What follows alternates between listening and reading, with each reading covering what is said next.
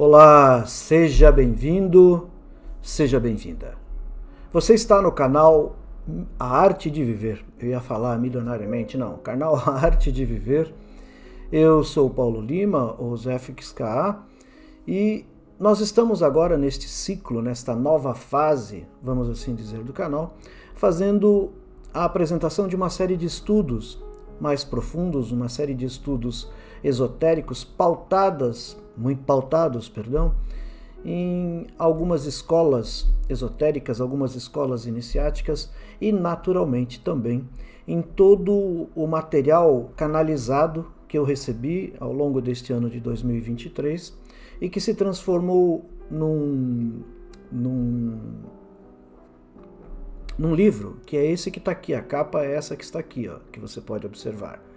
Quer dizer, esta é a capa que eu concebi. Não sei se esta será a capa final deste livro, que ainda está sob análise de uma grande editora em São Paulo para uma potencial publicação já num âmbito um pouco mais diferenciado. Depois que fiz a canalização deste trabalho, deste livro, destes conteúdos, eu fiquei em dúvida de verdade sobre o que fazer com ele. A primeira intuição que me surgiu foi a de fazer uma publicação como sempre, como venho fazendo através da Amazon, através do Clube de Autores, através de uma publicação independente. No entanto, como que eu pudesse, e assim foi, conversar intuitivamente com essas entidades que me auxiliaram na produção deste livro, eu pedi a eles, eu disse, olha, eu acho que este material ele tem uma importância bastante grande, não que os outros não tivessem, mas este material ele traz informações, é um conteúdo riquíssimo e que eu entendo que nós deveríamos massificar, ou seja, publicar isso em grande escala ou na maior escala possível, naturalmente. E assim eu deixei o livro pronto, depois de todas, mais de 6 revisões, 7 revisões eu fiz, se eu não me engano, 6, 7, 5, enfim, fiz inúmeras revisões, formatei o livro inteiro, ele está pronto, com cara de livro mesmo, e da noite para o dia, quase que como por encanto, eu consegui os contatos desta grande editora e consegui finalmente, presencialmente, por mais de 1 hora, quase 2 horas, apresentar todo o conteúdo do livro para a pessoa que o recepciona e que tem o potencial de encaminhar internamente para uma eventual publicação. Mas ainda assim eu estava, posso dizer, insatisfeito, eu estava com alguma coisa que me incomodava. Novamente eu entrei em meditação e questionando sobre o conteúdo do livro, e a informação que me veio foi a de que eu deveria produzir conteúdos tendo por base aspectos principais apresentados neste material, pois não há mais tempo de aguardar tanto tempo, muitas vezes, para entrar numa publicação tradicional até que as pessoas comprem. O YouTube, como nós sabemos, é um meio, é uma forma, é um mecanismo que nos auxilia muito na divulgação de conteúdos, e é uma ferramenta maravilhosa, é uma ferramenta muito boa mesmo, que contribui para que os conteúdos sérios possam ser massificados. Como nós já fizemos aqui nos vídeos anteriores, nos vídeos introdutórios e no estágio 1 e 2, você já pode perceber que há alguns temas que aparentemente são um pouco controversos para algumas mentes que ainda estejam apegadas aos dogmas tradicionais e que não se permitam, de alguma maneira, se abrir um pouquinho mais para receber alguma informação nova. Ainda que eu tenho encaminhado neste trabalho, não é a totalidade dos ensinamentos, naturalmente, porque isso seria praticamente impossível, mas a forma como o Pai Malaquias foi trazendo este conteúdo, o texto é muito lindo, ele flui com uma naturalidade bastante incrível e formata a apresentação desse trabalho, tornando fácil a apreensão do conteúdo. Então eu tomei essa decisão de fazer estas apresentações, esses estudos por aqui, para que nós possamos divulgar o mais rápido possível, de maneira gratuita, para que as pessoas possam ter contato com este material. Nós vamos entrar hoje no estágio 3, ou na etapa 3 da criação, segundo os conceitos tradicionais de Helena Petrovna Blavatsky, respaldados pelo conhecimento trazido por Pai Malaquias.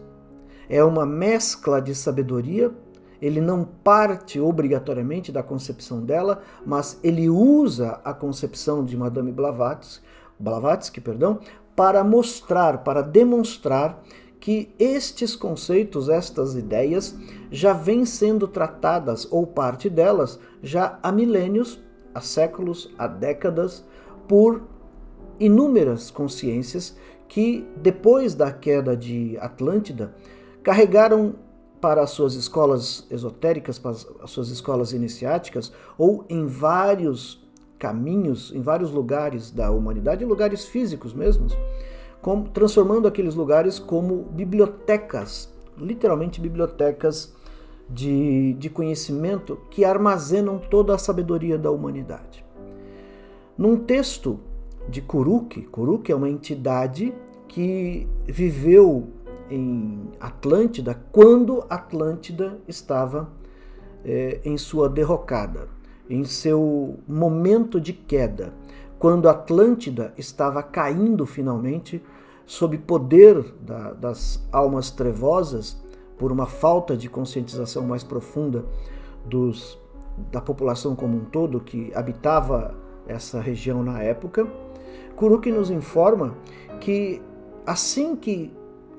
pouco antes, na verdade, que Atlântida caiu, ou se implodiu por conta das bombas que foram colocadas, nucleares, enfim, eram magnetons muito grandes e, enfim, destruíram totalmente o continente. E Kuruki foi um desses protagonistas da Atlântida que saíram com placas de conhecimento, placas de sabedoria. Nós vamos ter um capítulo, muito provavelmente, que vamos falar exclusivamente do surgimento de Atlântida, da época áurea de Atlântida e da época de sua queda, de sua derrocada.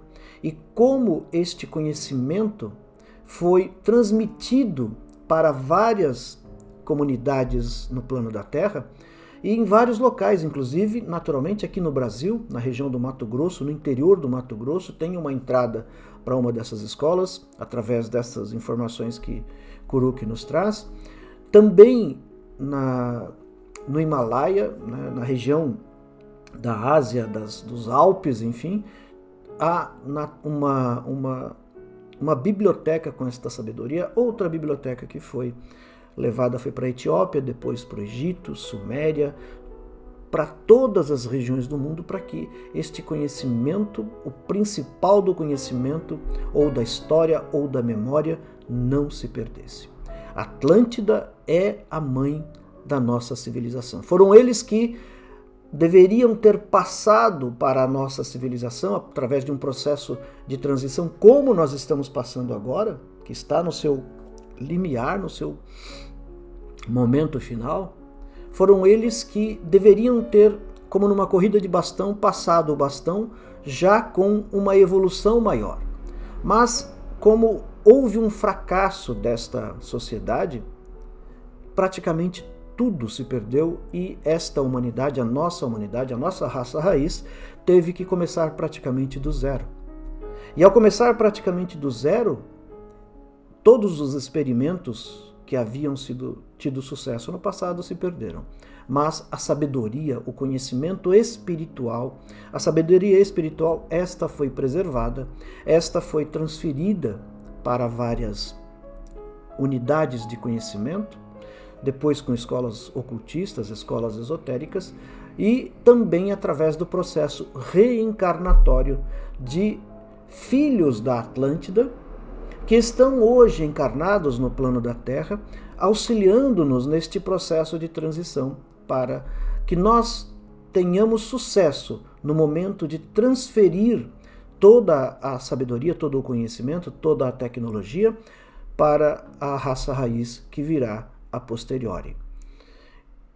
Estou colocando esses pontos inicialmente para que nós já saibamos que é preciso discutir, é preciso conversar aspectos de uma sabedoria mais profunda e não tratar a Atlântida apenas como uma lenda, como um mito que foi gerado através da sabedoria de Platão e que a partir daí os homens começaram a se interessar.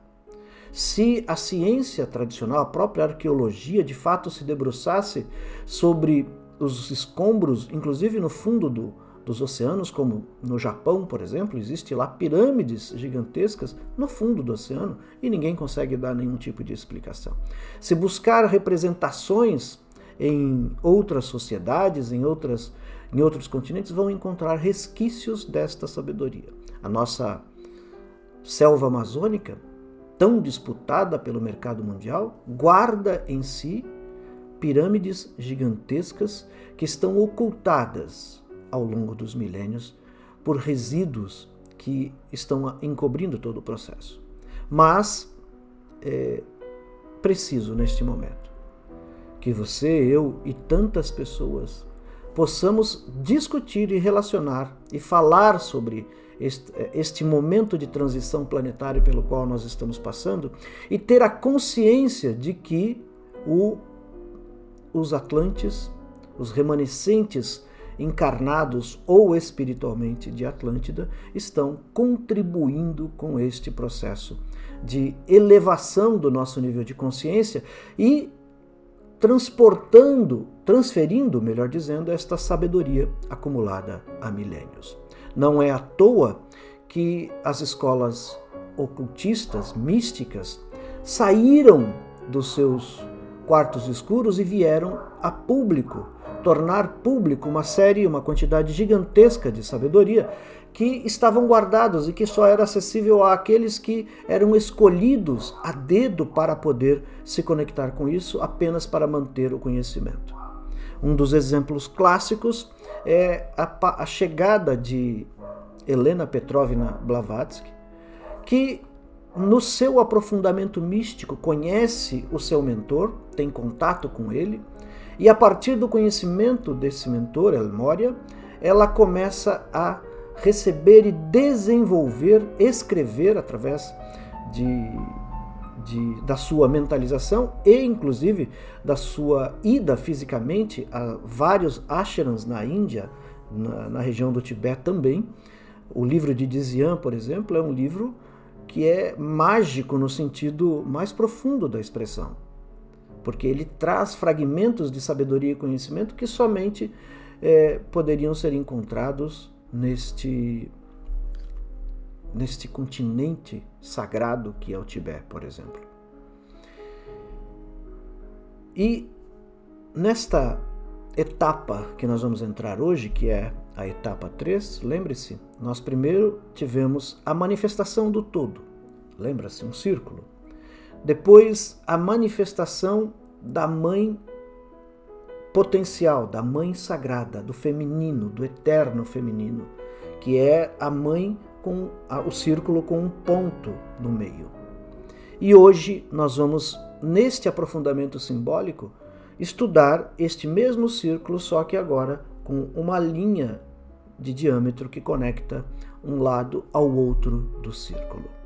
Se nós saímos de uma mãe potencial, de um princípio, de um eterno feminino, de uma consagração desta primeira expressão da manifestação do próprio Criador, da sua vontade, da sua intenção, quando ele diz haja luz e houve luz, a partir desta primeira intenção de criação, do mantra, do verbo, nós temos agora a entrada da sabedoria da Mãe Imaculada, da mãe que está pronta para germinar, da mãe que está pronta para trazer aspectos da criação como um todo para a geração, para a manifestação de todos os universos criados na consciência do divino.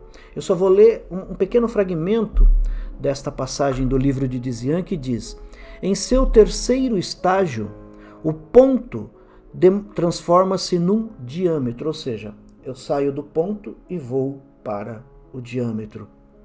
Agora, este diâmetro já simboliza uma mãe natureza divina e imaculada, contida no interior do infinito absoluto que tudo abarca.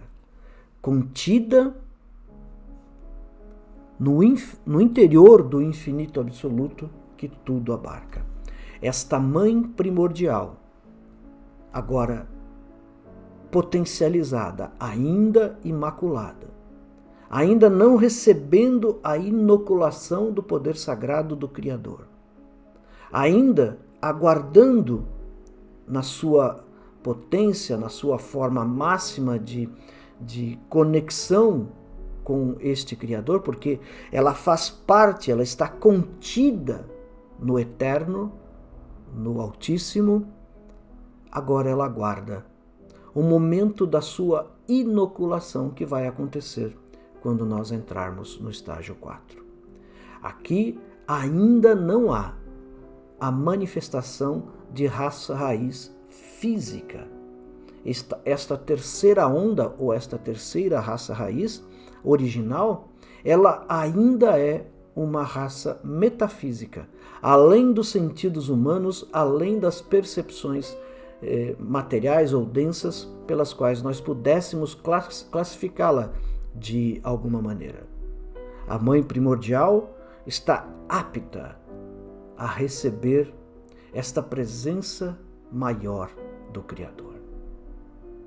E através do movimento interno, da intencionalidade do Criador, quando nós avançarmos, e já vamos avançar nesta etapa, para o estágio 4, você tem a formação literal da cruz. É o círculo, uma linha horizontal e uma linha vertical.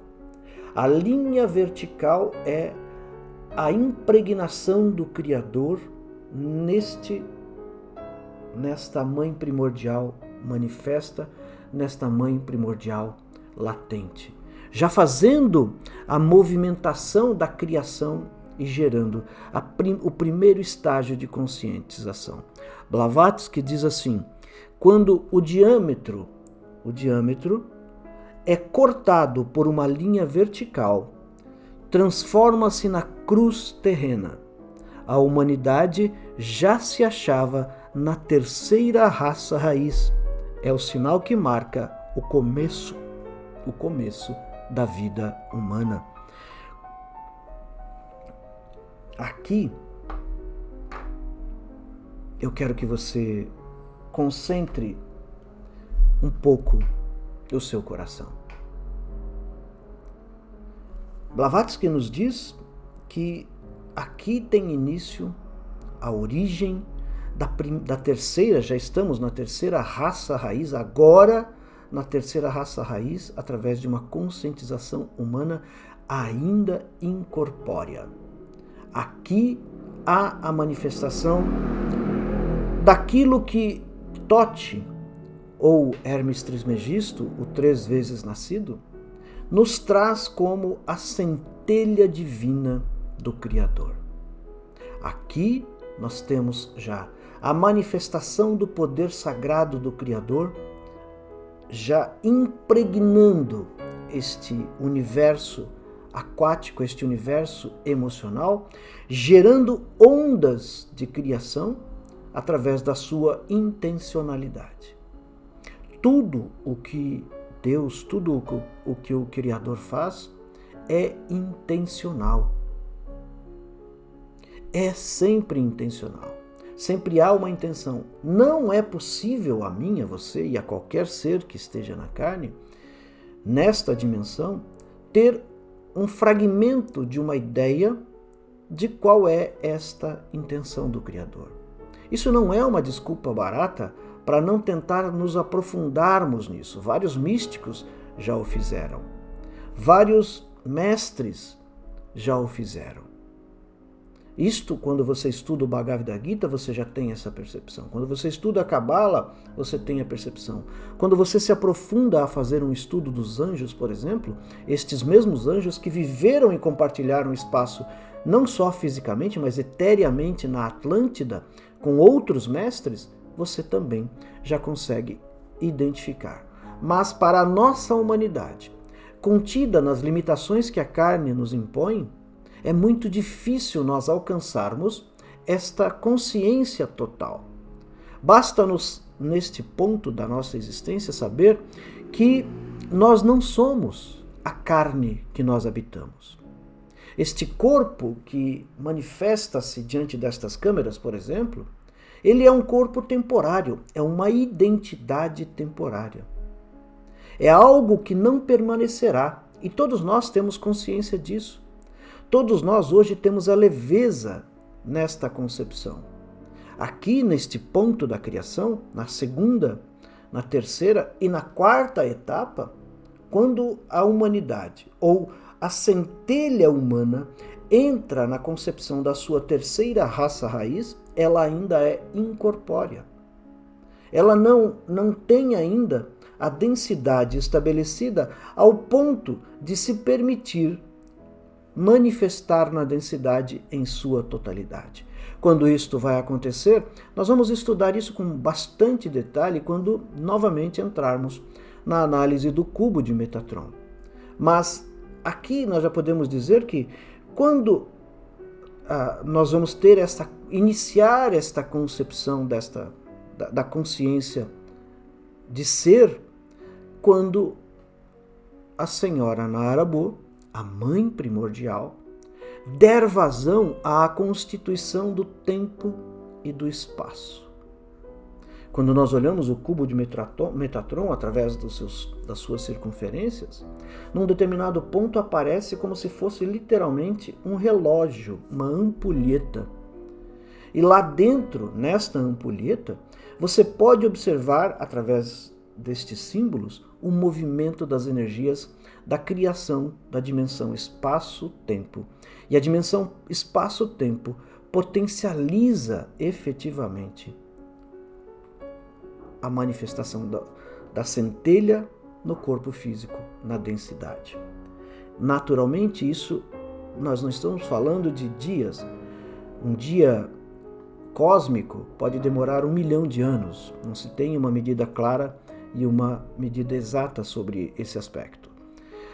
Imagine-se que neste ponto é como se já tivesse sido criado uma sociedade perfeita, ainda incorpórea, mas uma sociedade perfeita que você tem como se fosse um campo astral superior, mais do que superior, não é nem um campo astral superior, mas é um campo perfeito, onde a perfeita perfeição é manifesta, onde a perfeita perfeição do Criador passa a transferir sabedorias, transferir conhecimentos, ainda que para essas consciências ingênuas, do ponto de vista de experimentação na densidade, ainda que elas sejam ingênuas, mas ele passa a transferir conhecimento e sabedoria. No entanto, o ser humano, não o ser humano, mas o ser, esta raça raiz, terceira raça raiz, ele cai por uma vontade inata de experimentar a densidade. Porque a partir da experimentação da densidade é que será possível criar aspectos profundos e verdadeiros da vivência do Espírito ou da centelha divina. Então ele decai e cria um universo paralelo, começa a criação destes universos paralelos. Pensando apenas nos aspectos da humanidade, sem nos remetermos aos demais sistemas planetários, é exatamente como se neste momento eu saio desta perfeita perfeição, entro no universo do astral superior e vou configurando cada uma destas vibrações e energias. Um determinado grupo pode ter parado, de centelhas divinas, pode ter parado primeiro neste universo superior. Depois, um outro grupo, ele foi se densificando mais e mais e mais e perdendo as suas virtudes originais, e ao perder as suas virtudes originais, estas virtudes originais foram dando formas a sistemas planetários, vamos assim dizer, que aquecem e que movimentam o nosso sistema atual. Não vamos nos prender apenas ao sistema do planeta Terra. O sistema do planeta Terra, aqui neste cantinho da constelação de Órion, ele é muito pequeno se observarmos a magnitude dos universos, ou do nosso universo propriamente dito, que nós não conseguimos conhecer nada, nem os universos paralelos e nem as dimensões paralelas que convivem conosco em várias frequências e em várias sintonias. Um pouco mais para frente nós vamos estudar, inclusive, a convivência harmônica dos fractais ou das mônadas, como alguns conhecem, e como que elas foram gerando famílias cósmicas que tendem a se encontrar aqui nesta dimensão ou simultaneamente em outras dimensões. Mas isso é um assunto para um pouco mais à frente. Quando aqui neste terceiro e nesta quarta etapa, nós temos o diâmetro, ou seja, uma linha que é impregnada pela inoculação do Criador, pelo Verbo. É quando ele conecta e gera a primeira vibração. O Om. E como eu disse no primeiro vídeo desta série, esta vibração, esta música da eternidade, essa música celestial, ela tem um som contínuo. E a intenção manifesta do Criador é o silêncio. É o intervalo da criação, o silêncio. E em cada ciclo, silêncio, em cada ciclo, silêncio, e em cada ciclo, silêncio. A partir destes ciclos cósmicos é que vão ocorrendo as criações do Criador e dando ciência para nós aqui do seu poder de manifestação, do seu poder de geração desta mesma vida. Conceber, então, este processo, primeiro, da unidade, do círculo, depois do círculo com um ponto, depois do círculo com uma linha que cruza um diâmetro, depois de um círculo com uma cruz no meio, ainda envolto, contido nesta totalidade, é a manifestação efetiva já da consciência da Mãe ainda imaculada, mas gerando em si o poder da impregnação agora através desta cruz formatada.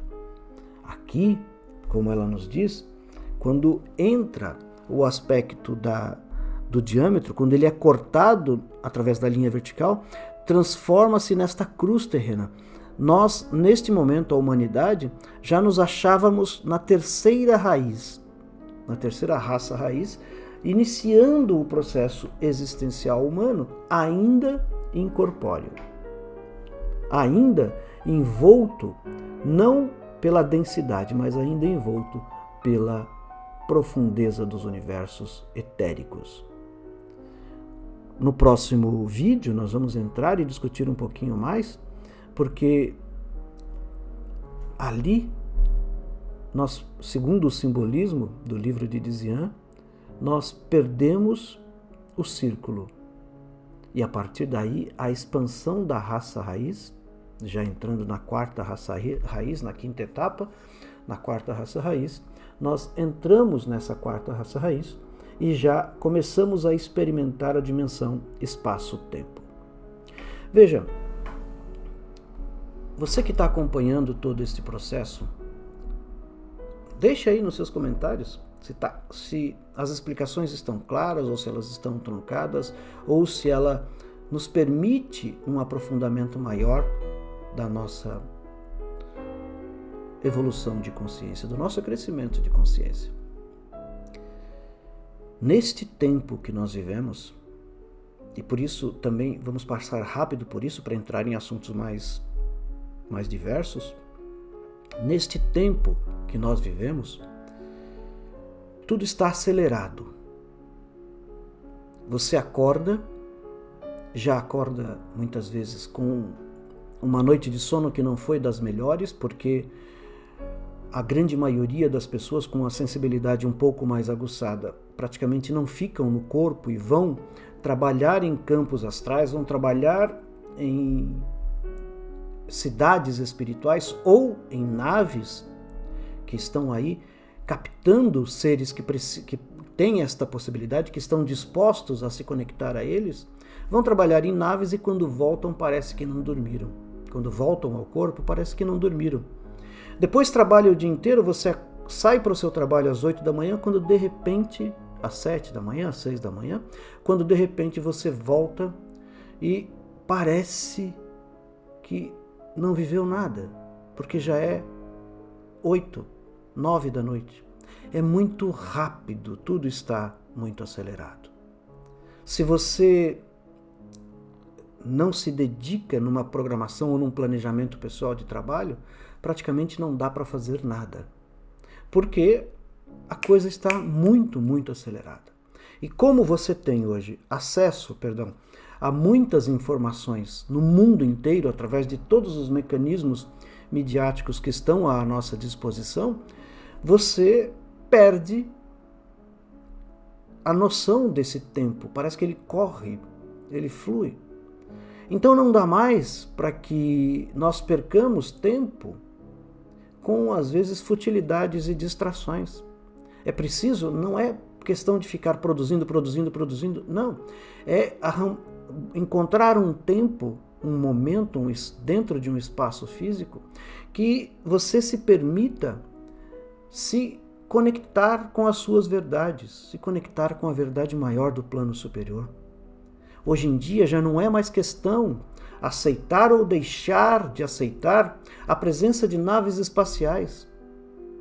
Hoje em dia já não é mais uma questão de você aceitar ou não que Cristo, que Jesus, Cristo, este Cristo cósmico, esta entidade potencial que criou o 13º universo, que é o que nós vivemos, comanda não só o nosso planeta, mas este universo todo, e está fazendo com que as pessoas que estão envolvidas com o trabalho da luz se acelerem nos seus processos de descobertas. Se nós ficarmos envolvidos apenas nas dimensões das nossas discussões internas pessoais, ou nas nossas picuinhas, ou na busca constante de tentar criar ou co-criar, como nós vimos no vídeo anterior, não é possível, coisas palpáveis para o mundo, talvez nós tenhamos aí uma perda de tempo que é absolutamente desnecessária e não garante o nosso processo ascensional. Pense um pouco sobre estas palavras e veja em que estágio você está. Eu tenho pensado muito sobre isso, refletido e voltando e fazendo análises constantes a respeito de todas as situações de minha vida, o quanto tempo que eu perdi me envolvendo em picuinhas pessoais e com outras pessoas, me preocupando com o que outras pessoas acabam pensando sobre mim. Respeito a opinião de cada um, mas eu imagino que você também seja assim. O que a outra pessoa pensa de você não lhe diz respeito, porque é um problema dela, não é seu. É ela que tem que se resolver com ela mesma. A dificuldade não é minha, a dificuldade não é sua, mas da pessoa que está falando ou está pensando em você de determinada forma, tanto positivamente quanto negativamente. Se você não estiver imbuído ou imbuída neste momento de buscar conhecer com profundidade aspectos maiores da criação, muito provavelmente você perderá um tempo sagrado e não conseguirá acompanhar este processo de transição energética pelo qual nós estamos passando. Está tudo muito acelerado. Então, o tempo que nós temos, ele deve ser trabalhado para um autodesenvolvimento, um desenvolvimento maior. Naturalmente, as suas atividades diárias de manutenção da vida, de trabalho, profissionais, devem ser seguidas. Mas é necessário, além disso tudo, você encontrar um tempo com o qual você possa buscar o seu autodesenvolvimento, o seu crescimento e, naturalmente, a aplicação disso na sua vida. Porque não basta, e eu tive essa experiência através do canal que está desmonetizado, que é o Milionariamente, não basta apenas você ler 500 livros, um livro por semana, se você não colocar os ensinamentos que você está aprendendo em prática. Este material, por exemplo, este instrumento que eu estou utilizando, quando eu tomei a decisão de fazer as gravações, de retomar estes trabalhos, as coisas começaram a se encadear positivamente, tanto que eu consegui uma câmera emprestada, um notebook emprestado, e está aqui. Está tudo operativo, tudo funcionando e pronto para entregar para vocês aquilo que é necessário que seja entregue. Se nós nos utilizarmos de uma sabedoria como de Madame Blavatsky, que já trouxe isso há tanto tempo e que até hoje mal nós conseguimos ler. Este livro de Dizian é pequenininho, é um livro pequeno, mas se você for buscar os livros, por exemplo, da doutrina secreta, são livros, são compêndios de ensinamentos que a gente não dá conta deles. Então, buscar ler e compreender isso e não colocar numa prática cotidiana, sem utilizar no seu dia a dia, para melhorar a sua relação com as pessoas, para tornar o seu processo de perdão e auto-perdão natural, de transformar o seu sentimento de gratidão pelo Criador, como nós fizemos aquela oração ao final do último vídeo.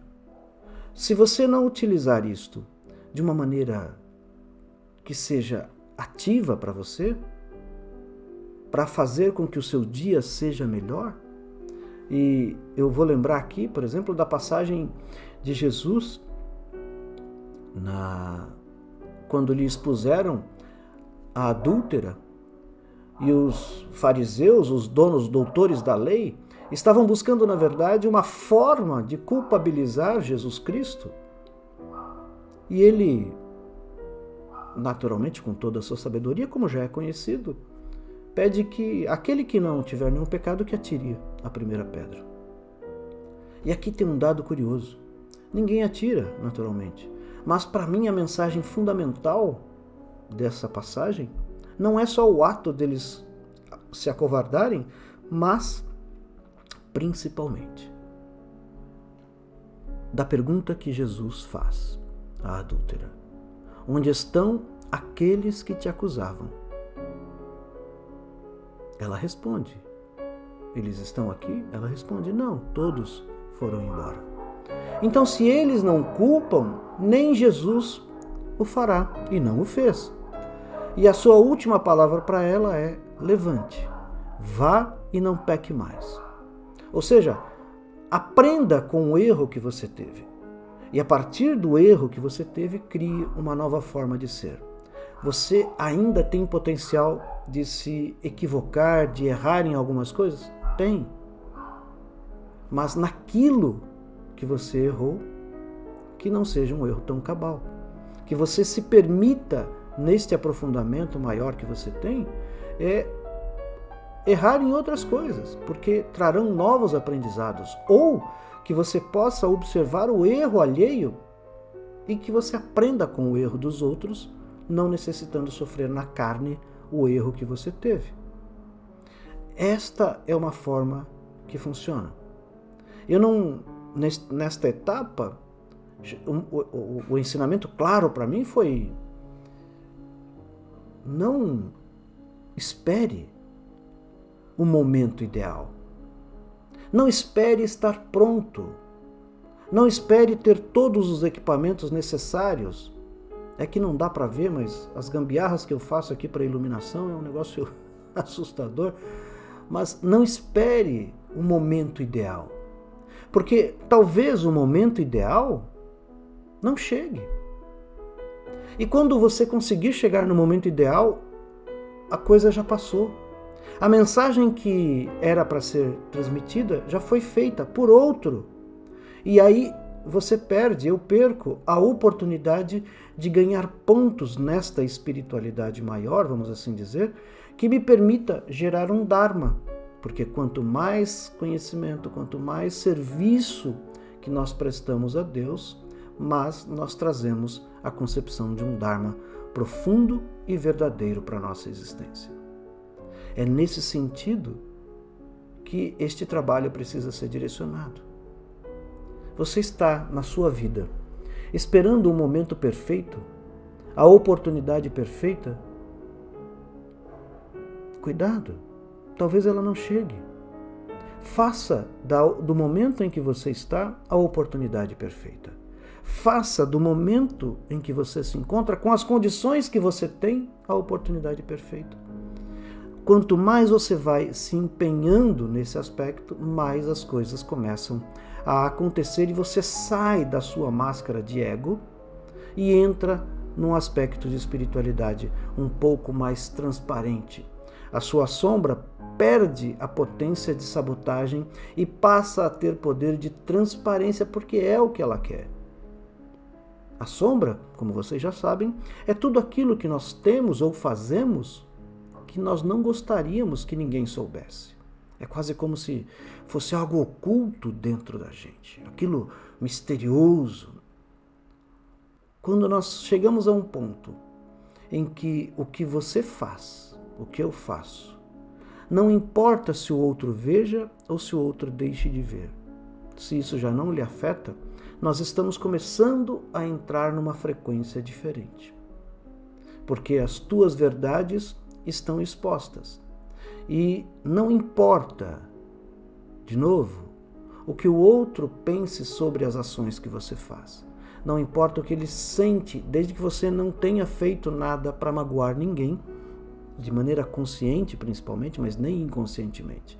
Mas se é uma situação da pessoa em si, ela que vai ter que trabalhar essas questões pessoais. É ela que vai precisar se desenvolver. Da mesma forma que o que eu penso sobre determinadas pessoas é um problema meu, não é dela. Porque o pensamento é meu, o sentimento é meu, eu é que estou dando vazão a isto. E muitas vezes o que o outro, e você sabe disso, o que o outro vê em você fala muito mais dele do que você. O que eu vejo na outra pessoa, se eu a critico, se eu falo barbáries ou barbaridades sobre ela, fala muito mais de mim do que dela. Se eu não perco uma oportunidade de criticar alguém, seja por ato, palavra, por algo que eu imaginei, eu preciso me resolver comigo, porque quando eu transfiro isso para o outro, eu estou fazendo com que o outro não me perceba de fato. Eu estou fazendo com que o outro veja uma máscara. Então, o que eu penso do outro diz mais a meu respeito do que naturalmente em relação a essa outra pessoa. A vida é espelho muitas vezes. E nós espelhamos no outro aquilo que nós queremos para nós, ou aquilo que nós pensamos de nós mesmos. A vida é espelho, o que o outro pensa sobre você, o que ele vê em você, muitas vezes é a expressão dele próprio, que ele ainda não tem condições de assumir. E nós devemos nos revoltar com esse tipo de pessoa? Não. Se for possível acolher, acolha. Transmute esta energia em você, mas mantenha-se preparado para não permitir que esta pessoa tenha um convívio direto com você, porque é necessário, muitas vezes, um processo terapêutico, uma terapia, uma energização, um tratamento com o Reiki ajuda demais nisso. Mas é fundamental, e nós avançamos um pouquinho demais, mas eu quero que você reflita um pouco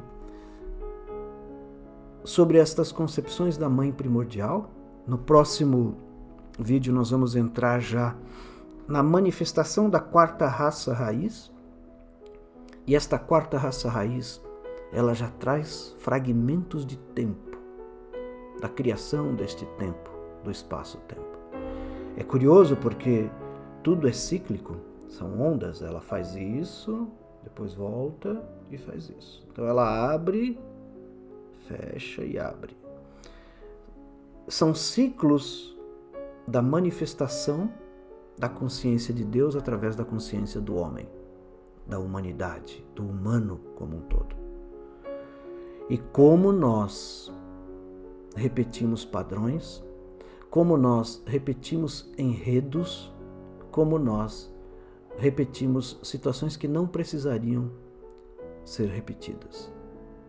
Se não existe o se, mas como a Atlântida fracassou na sua experiência e quase comprometeu a nossa raça raiz ariana a entrar nesse aspecto de quase que barbárie inicial, quase que de idade das cavernas, sem um conhecimento explícito da sabedoria, por exemplo, escrita, do conhecimento do registro da sabedoria escrita.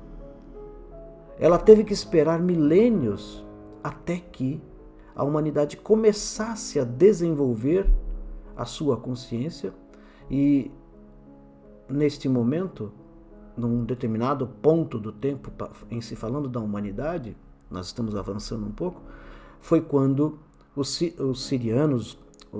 Anunnakis, através do planeta perdido, puderam fazer uma transfiguração do nosso DNA e dar um salto quântico potencial para a nossa manifestação. Vamos falar ainda sobre os Anunnakis em algum momento. Tem muito vídeo que fala sobre os Anunnakis. Eu não sei se eu seria mais um, então não sei se faz sentido, mas digam aí se faz sentido realmente a gente falar desses aspectos. Mas o mais importante para encerrar isso é que nós temos estes ciclos de conhecimento, de sabedoria e de aprendizado na eternidade. E este ciclo também, trazendo isso para o nosso cotidiano, se repete no nosso dia a dia, se repete em tudo aquilo que nós fazemos aqui neste tempo, na nossa vida, no cotidiano. Observe os ciclos, se eles estão se repetindo. Observe, porque se eles estão se repetindo, é preciso interromper esse fluxo. Encerramos por aqui. Eu agradeço profundamente a sua presença. Se você sentir que deve, curta, compartilhe, deixe aí as suas perguntas. Eu vou mais para frente criar um vídeo específico de respostas, a perguntas que foram feitas, e dentro do possível, dentro daquilo que eu tenho em termos de conhecimento. E se não souber, vou pesquisar. Mas deixe esses comentários. E o curtido ajuda porque o YouTube passa a entender que mais pessoas podem acessar a esse conteúdo. Gratidão, saúde, paz, harmonia e até o nosso próximo encontro.